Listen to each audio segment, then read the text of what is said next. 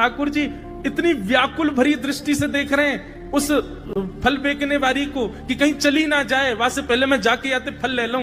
ठाकुर जी के उस रूप को देखते ही वो फल बेचने वाली वहीं रुक गई, देखने लगी सुंदर से ठाकुर जी को। ठाकुर जी बाके सामने जाके खड़े है गए, उसने अपने फल की डलिया नीचे रखी। ठाकुर जी फल देख रहे हैं कौन से लेने हैं। अब उंगली करके ठाकुर जी कह रहे हैं जेवारो दे दो, जेवारो दे दो, ये दे दो, ये दे दो।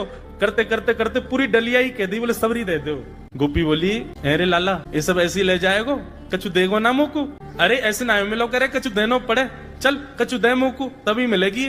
ठाकुर जी बोले तो फिर रो काई क्यों रही है, मैं ऐसे थोड़ी लेके जाऊंगा, नंद बाबा को ला लाऊं, मेरी सभी संपत्ति है, मैं अपनी संपत्ति में से कछु हिस्सा तुमको दूंगा तब फल लेके जाऊंगा। अच्छा दियो, कहा देगो संपत्ति में।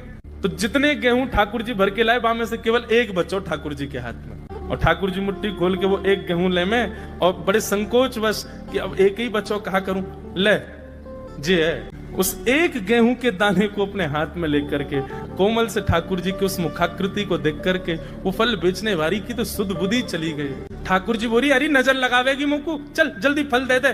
बोले फल दे तो दूं, लेके कैसे जाओगे, 4 आम के बराबर के तो तुम स्वयं हो, एक आम के ऊपर एक ऐसे 4 खड़े कर दूं तो इतने बड़े तो तुम खुद ही हो, कैसे लेके जाओगे।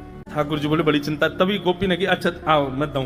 और ठाकुर जी के कछु फल तो कमरिया में बांध दिए, कछु पामन में बांध दिए, कछु हाथन में बाजूबंद बना के बांध दिए, कछु गरे में लटकाई दी। और ऐसे ठाकुर जी मटकते भये, उछलते भये, और बड़ो श्रम है रोए, उठा नहीं पा रहे पाम को, इतना भारी है कि पाम खिसक खिसक करके नंद भवन की ओर जा रहे हैं। इस रूप को जब उस फल बेचने वाली ने देखा, उसने अपनी फल की डलिया उठाई, और फल की डलिया उठा करके जब सिर पर रखी तो आगे चलते हुए नेत्र बंद हो गए। अब तो बस यही कहती जा रही है गोपाल ले लो, कृष्ण ले लो, माधव ले लो, मधुसूदन ले लो, गोविंद ले लो, नंद जी को लाला ले लो।